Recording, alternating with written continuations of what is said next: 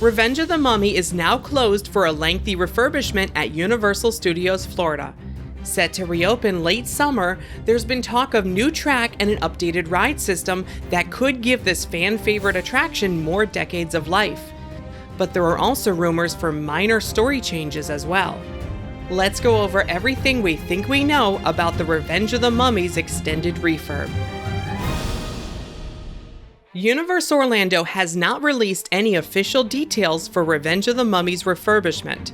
All they have said is that it will be closed from January 7th through late summer of this year. For years, there have been rumors that the attraction, which opened in 2004, would be receiving all new track. This would be similar to how the Incredible Hulk coaster was retracked back in 2016 to extend its life. Since the attraction is indoors, many believe it will only receive some new track, mainly in places where it receives the most wear, and where fog effects are located, which can dampen the track.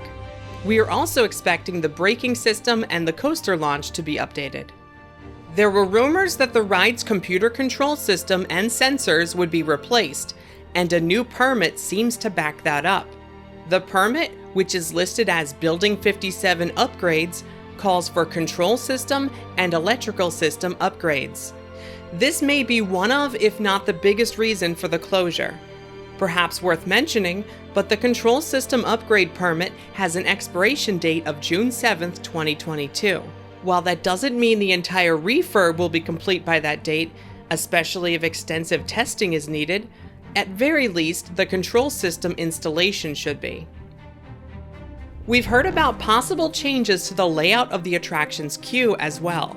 One long-standing rumor has the hot set theming for the first area of the queue to be removed, instead having us enter the Museum of Antiquities as the facade suggests. This would be similar to other versions of the ride, like at Universal Studios Singapore, where the movie set concept is skipped for a more immersive story. Revenge of the Mummy in Orlando lost much of its extended queue in recent years, partially from year-round tribute stores next door, but also from the addition of the indoor locker area. These early sections of the queue were some of the only areas that included the original queue videos that set up the attraction's story. In this looping video, we learn about the symbol of the Magi, and how everyone working on the set for the new Mummy movie has become superstitious due to a series of accidents. Even the craft services table won't serve you unless you're wearing a Magi necklace. No Magi, no service.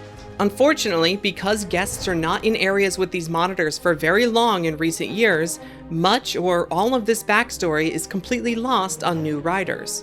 A running gag in the queue video is that Brendan Fraser keeps asking an assistant production assistant, Reggie, for a cup of coffee, but through a series of mishaps, Brendan never gets his cup of coffee.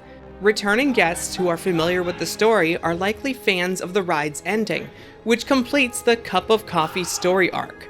But new visitors that spend very little time in these rooms with the monitors are often confused by the ride's conclusion. Thank you. The queue videos are presented in standard definition and aren't of the highest quality.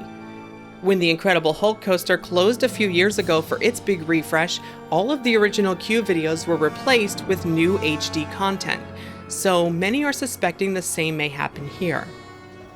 If we do lose the queue videos, perhaps we will also lose any references to them on the ride. Luckily, there are only two: the cup of coffee finale at the very end of the ride, and something from the first scene of the ride as well. The first character we see on the ride is Reggie, the assistant from the queue videos.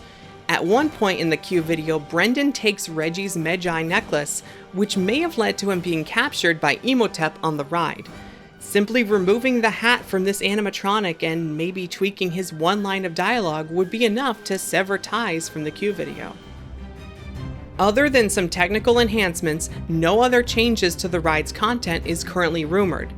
This closure seems to mostly be to help the ride last another 20 or so years, and not about changing its content.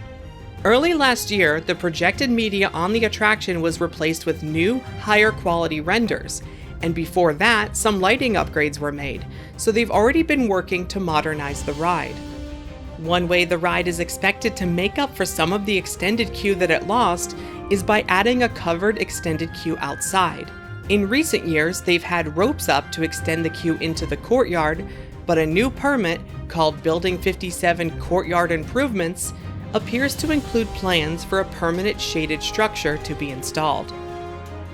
When the ride reopens later this year, I think it's safe to assume it'll be back to tip-top shape with a brand new ride control system and possibly some new track. If rumors are true, there may be some minor story tweaks, but even if there are, nearly all of the actual ride experience should remain the same, and we'll get to keep the ride for a while longer as a result.